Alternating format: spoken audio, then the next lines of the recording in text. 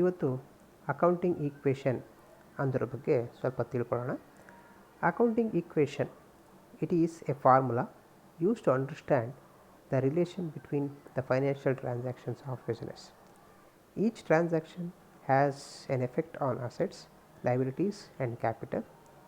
So at any point of time in a business organization, the asset should be always equal to liabilities and capital. ಒಂದು ಬಿಸ್ನೆಸ್ಸಲ್ಲಿ ನಡೆಯುವಂಥ different type of transactions, either purchases, sales, expenses, incomes, whatever, ಆ ಎಲ್ಲ transactions ಯಾವಾಗಲೂ ನಮ್ಮ assets ಮೇಲೆ ಮತ್ತು liabilities and capital ಮೇಲೆ ಇಂಪ್ಯಾಕ್ಟ್ ಮಾಡ್ತಾ ಇರುತ್ತೆ, either in the form of increase or decrease. But ಯಾವುದೇ ಪಾಯಿಂಟ್ ಆಫ್ ಟೈಮ್ನಲ್ಲಿ ಯಾವುದೇ ಟ್ರಾನ್ಸಾಕ್ಷನ್ ನಡೆದ ಮೇಲೆ ಅದನ್ನೆಲ್ಲ ರೆಕಾರ್ಡ್ ಮಾಡಾದಮೇಲೆ ನಾವು ವೆರಿಫೈ ಮಾಡಿದ್ರೆ ನಮ್ಮ ಅಸೆಟ್ಸ್ ಟೋಟಲು ಯಾವಾಗಲೂ ಲಯಬಿಲಿಟೀಸ್ ಆ್ಯಂಡ್ ಕ್ಯಾಪಿಟಲ್ ಟೋಟಲ್ಗೆ ಮ್ಯಾಚ್ ಆಗ್ತಾ ಇರಬೇಕು. ಅಸೆಟ್ಸ್ 2 ಲಕ್ಷ ಇದ್ದರೆ ಲಯಬಿಲಿಟೀಸ್ ಪ್ಲಸ್ ಕ್ಯಾಪಿಟಲ್ ಎರಡೂ ಸೇರಿದರೆ ಟೋಟಲ್ ನಮಗೆ 2 ಲಕ್ಷನೇ ಬರಬೇಕಾಗುತ್ತೆ. ಇದನ್ನೇ we are going to call in the name accounting equation. For example, started business with cash rupees 1 lakh. ಯಾರೋ ಒಬ್ಬರು ಹೊಸದಾಗಿ ಬಿಸ್ನೆಸ್ ಶುರು ಮಾಡ್ತಿದ್ದಾರೆ ಅಂತ ಅಂದ್ಕೊಳ್ಳೋಣ. ಸೊ ಓನರು ಬಿಸ್ನೆಸ್ಗೆ ಕ್ಯಾಶ್ನ ಕೊಡ್ತಾ ಇದ್ದಾರೆ. ಸೊ ಬಿಸ್ನೆಸ್ ಕ್ಯಾಶ್ನ ರಿಸೀವ್ ಮಾಡ್ತಾ ಇದೆ. ಸೊ ಕ್ಯಾಶ್ ಅನ್ನೋ ಒಂದು ಅಸೆಟ್ ಕ್ರಿಯೇಟ್ ಆಗ್ತಾ ಇದೆ. ಮತ್ತು ಓನರು ಬಿಸ್ನೆಸ್ಗೆ ದುಡ್ಡು ಕೊಡ್ತಾ ಇರೋದ್ರಿಂದ ಮತ್ತು ಬಿಸ್ನೆಸ್ಸು ಆ ದುಡ್ಡನ್ನ ಓನರ್ಗೆ ವಾಪಸ್ ಕೊಡಬೇಕಾಗಿರೋದ್ರಿಂದ ಅದು ಲಯಬಿಲಿಟಿ. ಸೊ ಕ್ಯಾಪಿಟಲ್ ಅನ್ನೋ ಹೆಸರಿನಲ್ಲಿ ಲಯಬಿಲಿಟಿ ಕ್ರಿಯೇಟ್ ಆಗ್ತಾ ಇದೆ. ಸೊ ಈ ಟ್ರಾನ್ಸಾಕ್ಷನ್ ನಡೆದಾಗ 2 ಅಕೌಂಟ್ ಇನ್ವಾಲ್ವ್ ಆಗಿದ್ದು, ಒಂದು ಕ್ಯಾಶ್ ಅಕೌಂಟು ಆ್ಯಂಡ್ ಇನ್ನೊಂದು ಕ್ಯಾಪಿಟಲ್ ಅಕೌಂಟು. ಈಗ ಅಕೌಂಟಿಂಗ್ ಈಕ್ವೇಷನ್ನ ನಾವು ಚೆಕ್ ಮಾಡೋಕ್ಕೆ ಟ್ರೈ ಮಾಡ್ತೀವಿ ಅಂತಂದರೆ ಏನು ಹೇಳುತ್ತೆ equation? Asset should be always equal to liabilities and capital. ಹಾಗಾಗಿ one of the asset create ಆಗಿದೆ, that is cash 1 lakh rupee, and liabilities plus ಕ್ಯಾಪಿಟಲ್ನಲ್ಲಿ ಕ್ಯಾಪಿಟಲ್ ಕ್ರಿಯೇಟ್ ಆಗಿದೆ 1 lakh rupee. So total of assets and liabilities and capital it is 1 lakh and 1 lakh. So ಇಲ್ಲಿ ನಮ್ಮ accounting transaction match ಆಗ್ತಾಯಿದೆ ಅಥವಾ prove ಮಾಡ್ತಾಯಿದ್ದೀವಿ ನಾವು. ಅದೇ ರೀತಿ ಇನ್ನೊಂದು ಟ್ರಾನ್ಸಾಕ್ಷನ್ ನಡೆದಿದೆ ಅಂತ ನಾವು ಅಸಂಪ್ಷನ್ ಮಾಡಿಕೊಂಡ್ರೆ, purchaser goods from mister Anand rupees 25,000. So ಇಲ್ಲಿ ಗೂಡ್ಸ್ನ ಪರ್ಚೇಸ್ ಮಾಡಿದ್ದಾರೆ ಮಿಸ್ಟರ್ ಆನಂದ್ ಕಡೆಯಿಂದ. ಇದು ಕ್ಯಾಶಿಗೆ ಪರ್ಚೇಸ್ ಮಾಡಿದ್ರಾ, ಕ್ರೆಡಿಟ್ ಪರ್ಚೇಸ್ ಮಾಡಿದ್ರಾ ಅನ್ನೋದನ್ನು ಸ್ಪೆಸಿಫೈ ಮಾಡಿಲ್ಲ. ಸ್ಪೆಸಿಫೈ ಮಾಡದೆ ನೇಮ್ ಆಫ್ ದಿ ಪರ್ಸನ್ ಕೊಟ್ಟರೆ ಅದು ಯಾವಾಗಲೂ ಕ್ರೆಡಿಟ್ ಟ್ರಾನ್ಸಾಕ್ಷನ್ ಆಗಿರುತ್ತೆ. ಇದು ಕ್ರೆಡಿಟ್ ಪರ್ಚೇಸಸ್ ಆಫ್ ಗೂಡ್ಸ್ ಆಗಿದೆ. ಹಾಗಾಗಿ ಇಲ್ಲಿ 2 ಅಕೌಂಟ್ ಇನ್ವಾಲ್ವ್ ಆಗಬೇಕು, ಒಂದು ಪರ್ಚೇಸಸ್ ಅಕೌಂಟು, ಇನ್ನೊಂದು ಆನಂದ್ ಅಕೌಂಟು. ಆದರೆ ಪರ್ಚೇಸಸ್ ಮಾಡಿದಾಗ ನಮಗಿಲ್ಲಿ ಬರ್ತಾ ಇರೋದು ಸ್ಟಾಕ್. ಸೊ ಸ್ಟಾಕ್ ಯಾವುದಪ್ಪ, ನಾವು ಇಂಡಿವಿಜುವಲ್ ಗೂಡ್ಸ್ಗಳನ್ನ ಪರ್ಚೇಸ್ ಮಾಡಿದಾಗ ಗೂಡ್ಸ್ ಅಕೌಂಟ್ ಅಂತ ಓಪನ್ ಮಾಡೋದಿಲ್ಲ. ಆ ಎಲ್ಲ ಗೂಡ್ಸ್ನು ಕನ್ಸಲ್ಟೇಟ್ ಮಾಡಿಬಿಟ್ಟು ಸ್ಟಾಕ್ ಅಕೌಂಟ್ ಅಂತ ಓಪನ್ ಮಾಡ್ತೀವಿ. ಹಾಗಾಗಿ ಈ ಟ್ರಾನ್ಸಾಕ್ಷನಲ್ಲಿ ಕ್ರಿಯೇಟ್ ಆಗ್ತಾ ಇರುವಂಥ ಅಸೆಟ್ಟು ಲಯಬಿಲಿಟಿ ಯಾವುದಪ್ಪ ಅಂತಂದರೆ, ಒಂದು ಸ್ಟಾಕ್ ಅಕೌಂಟು, ಇನ್ನೊಂದು ಆನಂದ್ ಅಕೌಂಟು. ಆನಂದ್ ಅವರು ಇಲ್ಲಿ ನಮಗೆ ಬೆನಿಫಿಟ್ನ ಕೊಡ್ತಾ ಇರೋದ್ರಿಂದ ಕ್ರೆಡಿಟ್ ಪೀರಿಯಡ್ ರೂಪದಲ್ಲಿ ಅವರು ಒನ್ ಆಫ್ ದ ಕ್ರೆಡಿಟಾರ್ ಆಗ್ತಾರೆ. ಈಗ ನಾವು ಅಕೌಂಟಿಂಗ್ ಈಕ್ವೇಷನ್ನ ಚೆಕ್ ಮಾಡ್ತೀವಿ ಅನ್ನೋದಾದರೆ, assets equals liabilities plus capital, ಇದು ಟ್ರಾನ್ಸಾಕ್ಷನ್ನು. ನಮ್ಮ ಹತ್ರ ಪ್ರೀವಿಯಸ್ ಟ್ರಾನ್ಸಾಕ್ಷನ್ ನಡೆದಾಗ already cash of rupees 1 lac ಇತ್ತು, ಆ್ಯಂಡ್ ಈಗ ಸ್ಟಾಕ್ನ ಪರ್ಚೇಸ್ ಮಾಡ್ತಾ ಇದ್ದೀವಿ 25,000. ಟೋಟಲ್ 1 ಲ್ಯಾಕ್ ಪ್ಲಸ್ 25,000 ಈಕ್ವಲ್ಸ್ 1,25,000 ಆಗಿದೆ. ಅದೇ ರೀತಿ ಲಯಬಿಲಿಟಿ ಸೈಡ್ ನೋಡಿದಾಗ ಆಲ್ರೆಡಿ ಕ್ಯಾಪಿಟಲ್ 1 ಲ್ಯಾಕ್ ಇತ್ತು ನಮ್ಮ ಹತ್ರ, ಆ್ಯಂಡ್ ಈಗ ಇಲ್ಲಿ ಹೊಸದಾಗಿ ಲಯಬಿಲಿಟಿ ಕ್ರಿಯೇಟ್ ಆಗಿದ್ದು creditors, that is Anand account 25,000. So 1 lakh plus 25,000 ಎರಡನ್ನೂ ಸೇರಿಸಿದಾಗ ಟೋಟಲು 1,25,000 ಆಗಿದೆ. ಸೊ 2 ಟ್ರಾನ್ಸಾಕ್ಷನ್ ನಡೆದಾಗ, ಪ್ರೀವಿಯಸ್ ಟ್ರಾನ್ಸಾಕ್ಷನ್ ನಡೆದಾಗ ಬ್ಯಾಲೆನ್ಸ್ ಶೀಟು ಅಂದರೆ assets and liabilities and capital 1 lac ತೋರಿಸ್ತಾ ಇತ್ತು. ಇಲ್ಲಿ ಇದೊಂದು ಟ್ರಾನ್ಸಾಕ್ಷನ್ ನಡೆದಾಗ 1,25,000 ಆ್ಯಂಡ್ 1,25,000 ಆ್ಯಂಡ್ ಟೋಟಲ್ ಬದಲಾವಣೆ ಆಗಿದೆ ಮತ್ತು 2 ಮ್ಯಾಚ್ ಆಗ್ತಾಯಿದೆ. ಇದೇ ರೀತಿ ಯಾವುದೇ ಬಿಸ್ನೆಸ್ ಟ್ರಾನ್ಸಾಕ್ಷನ್ ನಡೀತಾ ಇದ್ರೂ ನಮ್ಮ ಅಕೌಂಟಿಂಗ್ ಈಕ್ವೇಷನ್ ಯಾವಾಗಲೂ ಮ್ಯಾಚ್ ಆಗ್ತಾ ಇರುತ್ತೆ. That is assets are always equal to liabilities and capital ಅಂತ. ಈಗ ಇದಕ್ಕೆ ಸಂಬಂಧಪಟ್ಟಾಗೆ ನಾವು ಸೆಕ್ಷನ್ ಬಿನಲ್ಲಿ ಮತ್ತು ಸೆಕ್ಷನ್ ಸಿನಲ್ಲಿ ಕ್ವಶನ್ನ ಎಕ್ಸ್ಪೆಕ್ಟ್ ಮಾಡ್ಬೋದು. ಸೊ ಯಾವ ರೀತಿ ಇರುತ್ತೆ ಅಂತ ಒಂದು ನೋಡೋದಾದರೆ, ಇಲ್ಲಿ Mohit has the following transactions and prepare accounting equation ಅಂತ ಹೇಳ್ತಾ ಇದ್ದಾರೆ. So business started with cash rupees 1,75,000, purchase goods from Rohit rupees 50,000, sold goods on credit to mister Manish, costing rupees 17,500 ಬ್ರ್ಯಾಕೆಟಲ್ಲಿ ಕೊಟ್ಟಿದ್ದಾರೆ, rupees 20,000. So purchased furniture for office use rupees 10,000, cash paid to Rohit rupees 48,500 in full settlement, cash received from Manish rupees 20,000, rent paid rupees 1,000, cash withdraw for personal use rupees 3,000. ಇದೆಲ್ಲ business transactions ನಡೆದಿದೆ. So each business transaction ನಡೆದಾಗ accounting equation 2 match ಆಗುತ್ತಾ ಇಲ್ವಾ ಮತ್ತು ಯಾವ ರೀತಿ ಬದಲಾವಣೆ ಆಗ್ತಿದೆ ಅನ್ನೋದನ್ನು ತೋರಿಸಿ ಅಂತ ಪ್ರಾಬ್ಲಮಲ್ಲಿ ಕೇಳ್ತಾ ಇದ್ದಾರೆ. ಸೊ ಈ ಥರ ಪ್ರಾಬ್ಲಮ್ನ ಕೊಟ್ಟಾಗ ನಾವೇನು ಮಾಡ್ಕೋಬೇಕಾಗತ್ತೆ ಅಂತಂದರೆ, ಇಡೀ ಪ್ರಾಬ್ಲಮ್ನ ಓದ್ಬಿಟ್ಟು ಈ ಟ್ರಾನ್ಸಾಕ್ಷನ್ಗಳಲ್ಲಿ ಇನ್ವಾಲ್ವ್ ಆಗ್ತಿರುವಂಥ ಅಥವಾ ಕ್ರಿಯೇಟ್ ಆಗ್ತಾ ಇರುವಂಥ ಅಸೆಟ್ಸ್ಗಳು ಯಾವ್ದ್ಯಾವುದು, ಲಯಬಿಲಿಟಿಗಳು ಯಾವ್ದ್ಯಾವುದು ಅನ್ನೋದನ್ನು ಐಡೆಂಟಿಫೈ ಮಾಡ್ಕೋಬೇಕು.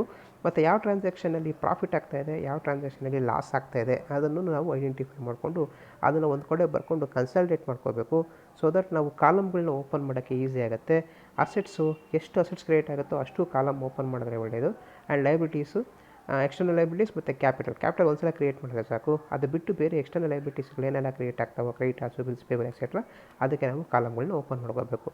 ಈ ಪ್ರಾಬ್ಲಮ್ನಲ್ಲಿ ಈ ಎಲ್ಲ ಟ್ರಾನ್ಸಾಕ್ಷನ್ಗಳನ್ನ ನಾವು ಐಡೆಂಟಿಫೈ ಮಾಡಿದಾಗ ಬಿಸ್ನೆಸ್ ಸ್ಟಾರ್ಟೆಡ್ ವಿತ್ ಕ್ಯಾಶ್ 1,75,000. ಇಲ್ಲಿ ಕ್ಯಾಶ್ ಕ್ರಿಯೇಟ್ ಆಗ್ತಾಯಿದೆ, ಕ್ಯಾಪಿಟಲ್ ಕ್ರಿಯೇಟ್ ಆಗ್ತಾಯಿದೆ. ಸೊ ನಾವು ಬರೆದಿದ್ದೀವಿ ಕ್ಯಾಶ್ ಆ್ಯಂಡ್ ಕ್ಯಾಪಿಟಲ್ ಅಂತ. This is cash and this is capital. Next transaction purchaser goods from Rohit 50,000 credit transaction. So Rohit account and stock account ಎರಡು involve ಆಗ್ತಾಯಿದೆ. So stock account and Rohit account ಅಂತ open ಮಾಡಿದ್ದೀವಿ. ಅದೇ ರೀತಿ ಮೂರನೇ ಟ್ರಾನ್ಸಾಕ್ಷನಲ್ಲಿ sold goods on credit to Manish costing rupees 17,500 and 20,000 ಅಂತ ಹೇಳ್ತಾ ಇದ್ದಾರೆ. ಇಲ್ಲಿ Manish account and goods account, stock account involve ಆಗ್ತಾಯಿದೆ. ಆ್ಯಂಡ್ 17,500 ವರ್ತ್ ಗೂಡ್ಸ್ನ 20,000 ರುಪೀಸ್ಗೆ ಸೇಲ್ ಮಾಡ್ತಾರೋದ್ರಿಂದ there is a profit of 2,500. ಹಾಗಾಗಿ ಆ ಪ್ರಾಫಿಟ್ ನಾವು ಕ್ಯಾಪಿಟಲ್ಗೆ ಆ್ಯಡ್ ಮಾಡ್ಕೋಬೇಕು.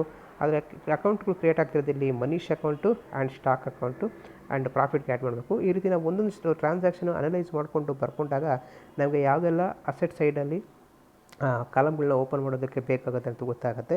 ಅದೇ ರೀತಿ fourth transaction purchaser furniture for office use rupees 10,000 ಅಂತ ಹೇಳ್ತಾ ಇದ್ದಾರೆ.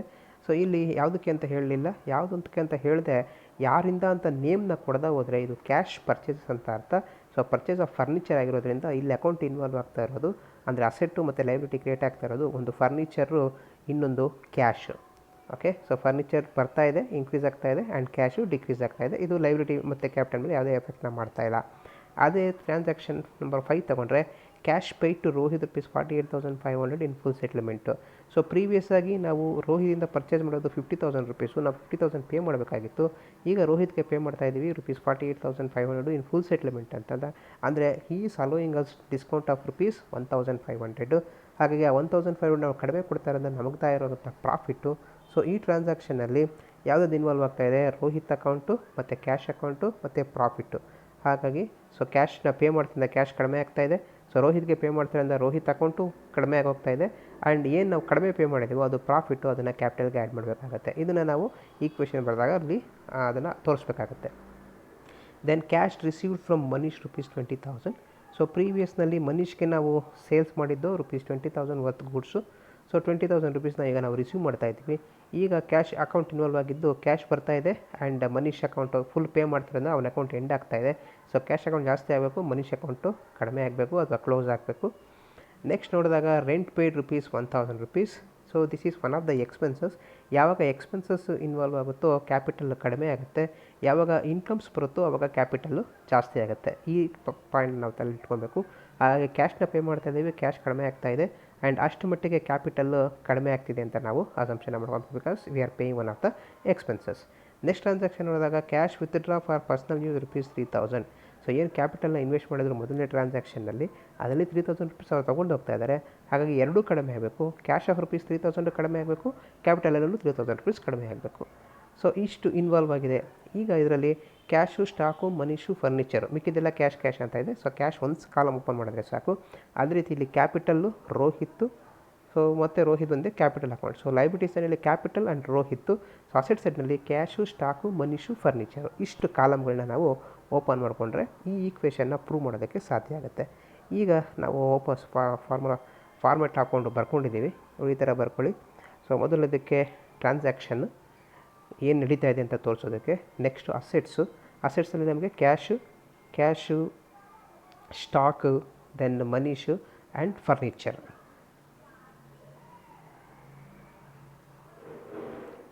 Stock, cash, Manish and furniture. Next total column, ಅಂದರೆ ಇವು 4 ಐಟಮ್ ಸೇರಿಸಿದ್ರೆ ಟೋಟಲ್ ಏನು ಬರುತ್ತೋ ಅದಕ್ಕೊಂದು ಟೋಟಲ್ ಕಾಲಮು ಅಸೆಟ್ ಸೈಡ್ಗೆ. And liabilities and capital. So ಇಲ್ಲಿ ಬರ್ಕೊಂಡು ಯಾವ್ಯಾವ ಲೈಬಿಲಿಟಿ ಕ್ರಿಯೇಟ್ ಆಗುತ್ತೆ, ರೋಹಿತ್ ಒಂದು, ಇನ್ನೊಂದು ಕ್ಯಾಪಿಟಲ್ ಒಂದು, ಇವೆರಡೇ ಕ್ರಿಯೇಟ್ ಆಗಿರೋದು. ಹಾಗಾಗಿ ಎರಡು ಮಾತ್ರ ಓಪನ್ ಮಾಡ್ಕೊಂಡಿದ್ದೀವಿ. ಮತ್ತು ಇವೆರಡು ಸೇರಿದ್ರೆ ಟೋಟಲ್ ಏನಾಗುತ್ತೆ ಅಂತ ಇನ್ನೊಂದು ಟೋಟಲ್ ಕಾಲಮ್ ಓಪನ್ ಮಾಡ್ಕೊಂಡಿದ್ದೀವಿ. ಸೊ ಈ ಟೋಟಲ್ಲು ಆ್ಯಂಡ್ ಈ ಟೋಟಲ್ ಎರಡು always should be matching each other. ಈಗ ಮೊದಲನೇ ಟ್ರಾನ್ಸಾಕ್ಷನ್ನ ನಾವು ಅನಲೈಸ್ ಮಾಡೋಕ್ಕೆ ಶುರು ಮಾಡಿದ್ರೆ ಮೊದಲನೇದು ಏನಾಗ್ತಾಯಿದೆ, ಇಲ್ಲಿ business started with cash rupees 17,500. ಹಾಗಾಗಿ ಎರಡು ಅಕೌಂಟ್ ಇನ್ವಾಲ್ವ್ ಆಗಿದ್ದು, ಒಂದು ಕ್ಯಾಶ್ ಅಕೌಂಟು, ಒಂದು ಕ್ಯಾಪಿಟಲ್ ಅಕೌಂಟು.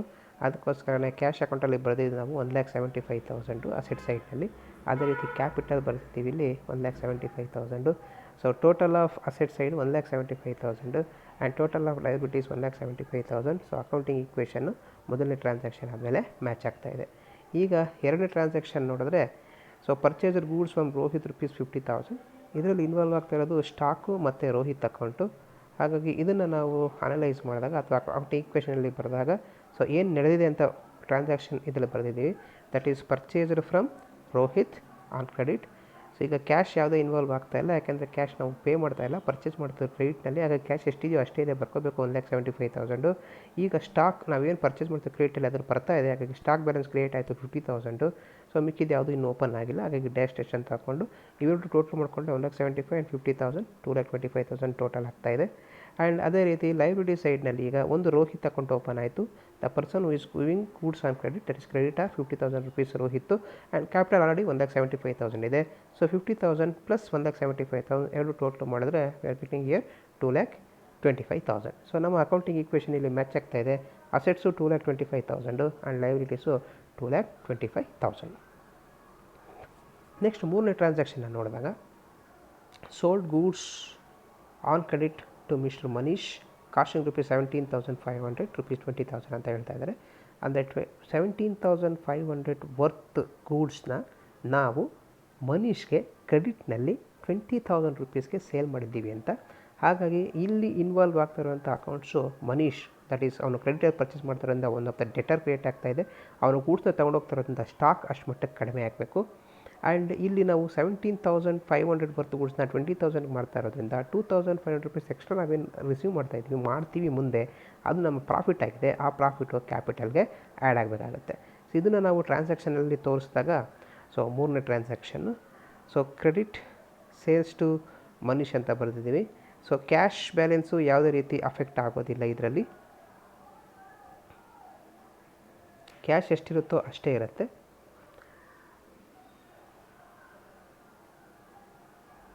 $17,500. ಇಲ್ಲಿ ಟೋಟಲ್ 50,000 ರುಪೀಸ್ ಸ್ಟಾಕ್ ಇದ್ದಿದ್ದು, ಆ 50,000ಅಲ್ಲಿ 17,500 ರುಪೀಸ್ ಅಷ್ಟನ್ನು ನಾವು ಮಾರ್ತಾ ಇದ್ದೀವಿ. ಸೊ ಮಿಕ್ಕಿದ್ದು 32,500.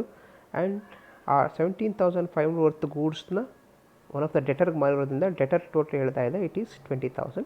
ಹಾಗಾಗಿ ಮೂರು ಅಸೆಟ್ ಕ್ರಿಯೇಟ್ ಆಯಿತು ಈ ಟ್ರಾನ್ಸಾಕ್ಷನ್ ಹೇಳಿದಾಗ. ಒಂದು ಕ್ಯಾಶು 1,75,000, ಇನ್ನೊಂದು stock 32,500 and debtors of rupees 20,000. ಮೂರು ಸೇರಿದಾಗ ಟೋಟಲ್ ಬರ್ತಾ ಇದೆ 2,27,500. ಲೈಬಿಲಿಟಿ ಸೈಡ್ನಲ್ಲಿ ಯಾವುದೇ ರೀತಿ ಬದಲಾವಣೆ ಆಗ್ತಾ ಇಲ್ಲ. One of the creditor that is 50,000 and capital 1,75,000 ಇದ್ದಿದ್ದು ಇಲ್ಲಿ 17,500 ವರ್ತ್ ಗೂಡ್ಸ್ನ 20,000ಗೆ ಮಾರಿದ್ರಿಂದ ನಮಗಾಗ್ತಿರೋ ಪ್ರಾಫಿಟು 2,500. ಪ್ರಾಫಿಟ್ ಆದರೆ ಕ್ಯಾಪಿಟಲ್ಗೆ ಆ್ಯಡ್ ಮಾಡಬೇಕು, ಲಾಸ್ ಆದರೆ ಕ್ಯಾಪಿಟಲಿಂದ ಕಡಿಮೆ ಮಾಡ್ಕೋಬೇಕು. ಅದೇ ರೀತಿ ಎಕ್ಸ್ಪೆನ್ಸಸ್ ಆದರೆ ಪ್ರಾಫಿಟಿಂದ ಕಡಿಮೆ ಮಾಡ್ಕೋಬೇಕು, ಗೈನ್ಸ್ ಆದರೆ ಅದನ್ನು ಕ್ಯಾಪಿಟಲ್ಗೆ ಆ್ಯಡ್ ಮಾಡ್ಕೋಬೇಕು. ಇದು 2,500 ಒನ್ ಆಫ್ ದ ಪ್ರಾಫಿಟ್ ಆಗಿರೋದ್ರಿಂದ ಅದನ್ನು ಕ್ಯಾಪಿಟಲ್ಗೆ ಆ್ಯಡ್ ಮಾಡ್ತಾ ಇದ್ದೀವಿ. 1,75,000 ಪ್ಲಸ್ 2,500 ಟೋಟಲ್ ಬರ್ತಾ ಇದೆ 1,77,500. That is capital 1,77,500 and this creditor of 50,000 ಎರಡು ಟೋಟಲ್ ಮಾಡಿದಾಗ V are getting 2,27,500 under liabilities and capital total. And ಇಲ್ಲಿ ಅಸೆಟ್ಸ್ ಟೋಟಲ್ಲು 2,27,500 ಅಕೌಂಟಿಂಗ್ ಈಕ್ವೇಷನ್ ನಮಗೆ ಮ್ಯಾಚ್ ಆಗ್ತಾಯಿದೆ. ಸೊ ನೆಕ್ಸ್ಟ್ ಟ್ರಾನ್ಸಾಕ್ಷನ್ನ ನಾವು ನೋಡಿದಾಗ ಪರ್ಚೇಸ್ಡ್ ಫರ್ನಿಚರ್. ಸೊ ಪ್ರಾಬ್ಲಮ್ ನೋಡೋಣ. So purchased furniture for office use rupees 10,000 ಅಂತ ಹೇಳ್ತಾ ಇದ್ದಾರೆ. ಸೊ ಈ ಅಕೌಂಟಲ್ಲಿ ಇನ್ವಾಲ್ವ್ ಆಗಿದ್ದು ಒಂದು ಫರ್ನಿಚರ್ ಬರ್ತಾ ಇದೆ, ಅಕೌಂಟ್ ಕ್ರಿಯೇಟ್ ಆಗ್ತಾ ಇದೆ ಆ್ಯಂಡ್ ಕ್ಯಾಶ್ ಕೊಟ್ಟು ಪರ್ಚೇಸ್ ಮಾಡೋದ್ರಿಂದ ಅಷ್ಟು ಮಟ್ಟಿಗೆ ಕ್ಯಾಶ್ ನಮ್ಮದು ಕಡಿಮೆ ಆಗ್ತಾ ಇದೆ. ಸೊ ಇದನ್ನು ಅಕೌಂಟಿಂಗ್ ಈಕ್ವೇಷನಲ್ಲಿ ನಾವು ಇನ್ವಾಲ್ವ್ ಮಾಡಿದಾಗ ಪರ್ಚೇಸ್ಡ್ ಫರ್ನಿಚರ್ ಟ್ರಾನ್ಸಾಕ್ಷನ್ ನಡೆದಿರೋದು. ಟೋಟಲ್ 1,75,000 ನಮ್ಮ ಹತ್ರ ಬ್ಯಾಲೆನ್ಸ್ ಆಫ್ ಕ್ಯಾಶ್ ಇದ್ದಿದ್ದು. ಈಗ ಫರ್ನಿಚರ್ನ ಪರ್ಚೇಸ್ ಮಾಡೋದಕ್ಕೆ 10,000 ರುಪೀಸ್ನ ಕೊಡ್ತಾ ಇದ್ದೀವಿ, ಅಷ್ಟು ಮಟ್ಟಿಗೆ ಅದು ಕಡಿಮೆ ಆಗ್ತಾಯಿದೆ. ನನ್ನ ಕ್ಯಾಶ್ ಬ್ಯಾಲೆನ್ಸು 1,65,000 ಆಗ್ತಾಯಿದೆ. ಸೊ ಡೆಟರ್ಸು 32,500 ಅದು ಯಾವುದೇ ಚೇಂಜ್ ಆಗಿಲ್ಲ. ಮತ್ತು 20,000 ರುಪೀಸ್ ಇದು ಡೆಟರ್ಸು ಆ್ಯಂಡ್ ಇದು ಸ್ಟಾಕ್ ವ್ಯಾಲ್ಯೂ, ಅವು ಯಾವುದು ಬದಲಾವಣೆ ಆಗಿಲ್ಲ. ಈಗ ಹೊಸ ಸೆಟ್ ಕ್ರಿಯೇಟ್ ಆಗಿದೆ, ದಟ್ ಈಸ್ ಫರ್ನಿಚರ್. ಸೊ ನೀವು ಮೊದಲನೇ ಕಾಲಮಲ್ಲಿ ಮೊದಲನೇ ಸಲ ಓಪನ್ ಮಾಡಿದಾಗ ನೋಡ್ಬೋದು, ಇದು ಫರ್ನಿಚರು. ಆ ಕಾಲಮ್ ಕೆಳಗಡೆ ನಾವು ಇಲ್ಲಿ ಬರೆದಿದ್ದೀವಿ, ದಟ್ ಈಸ್ 10,000 ರುಪೀಸ್. ಹಾಗಾಗಿ ಟೋಟಲ್ ಆಫ್ ಅಸೆಟ್ಸ್ ಆಗ್ತಾ ಇರೋದು 1,36,500. Okay, this is what for final settlement, this last this one.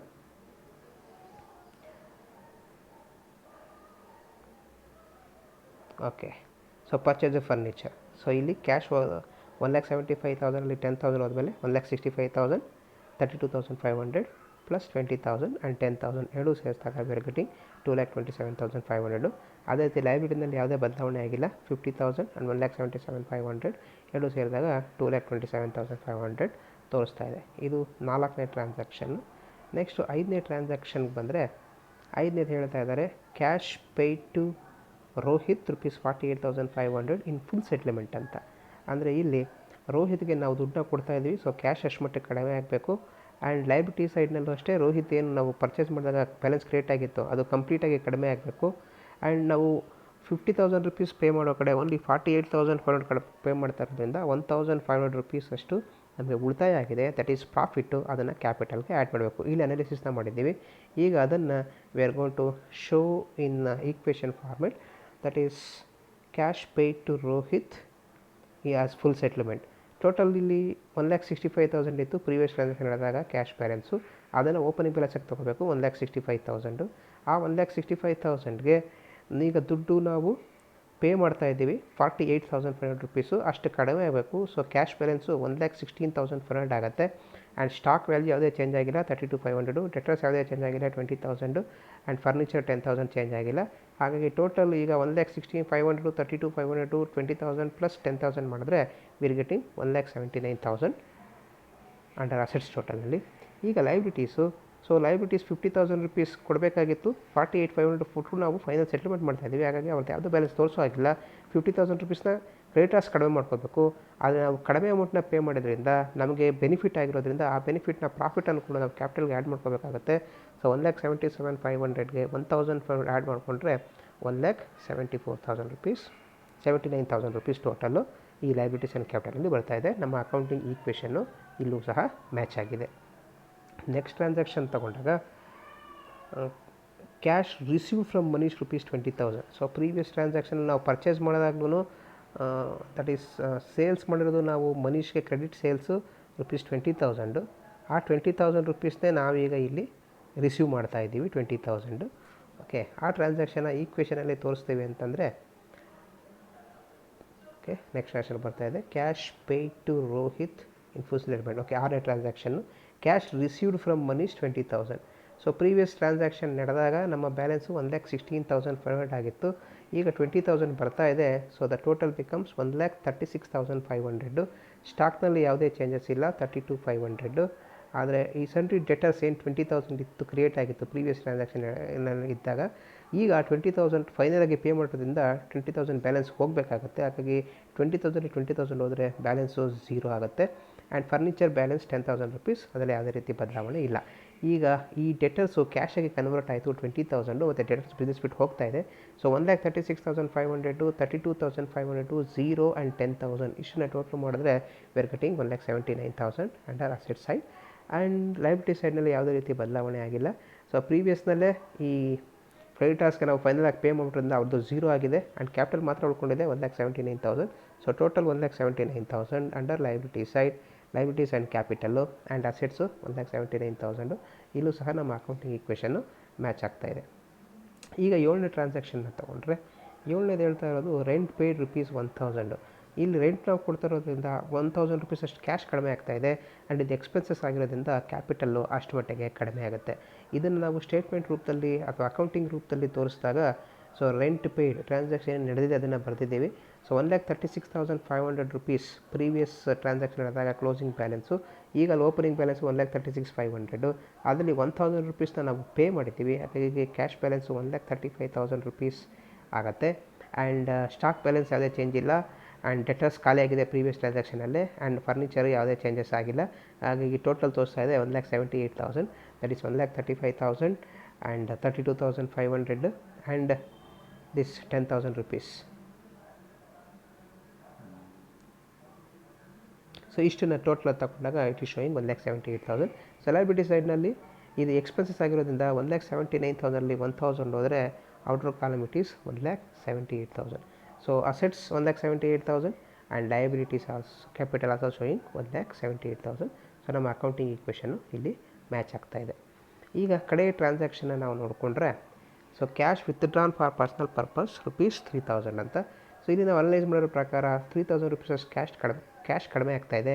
And capital withdraw ಆಗಿರೋದ್ರಿಂದ ಕ್ಯಾಪಿಟಲು ಅಷ್ಟು ಮಟ್ಟಿಗೆ ಕಡಿಮೆ ಆಗಬೇಕು.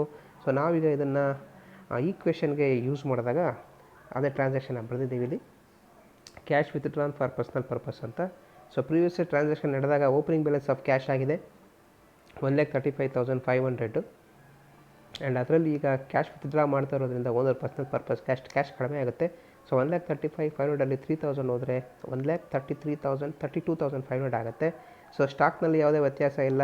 ಡೇಟಾಸ್ ಆಲ್ರೆಡಿ ಖಾಲಿಯಾಗಿದೆ. ಆ್ಯಂಡ್ ಫರ್ನಿಚರ್ ₹10,000 3 ಟೋಟು ತೊಗೊಂಡ್ರೆ 1,75,000 ಆಗಿದೆ. ಆ್ಯಂಡ್ ಈಗ ಕ್ಯಾಪಿಟಲ್ ಆ್ಯಂಡ್ ಲಯಬಿಲಿಟೀಸ್ ಸೈಡ್ನಲ್ಲಿ ಯಾವುದೇ ಹೊಸ ಲಯಬಿಲಿಟಿ ಕ್ರಿಯೇಟ್ ಆಗಿಲ್ಲ. ಇದ್ದಂಥ ಕ್ಯಾಪಿಟಲ್ ಆಫ್ 1,78,000 ಪ್ರೀವಿಯಸ್ ಟ್ರಾನ್ಸಾಕ್ಷನ್ ಮೇಲೆ ಅದು ಓಪನಿಂಗ್ ಬ್ಯಾಲೆನ್ಸ್ ಆಗಿದೆ. ಈಗ 3,000 ವಿತ್ಡ್ರಾ ಮಾಡೋದ್ರಿಂದ 3,000 ಕಡಿಮೆ ಆಗಬೇಕು, ಅದು 1,75,000 ಆಗುತ್ತೆ.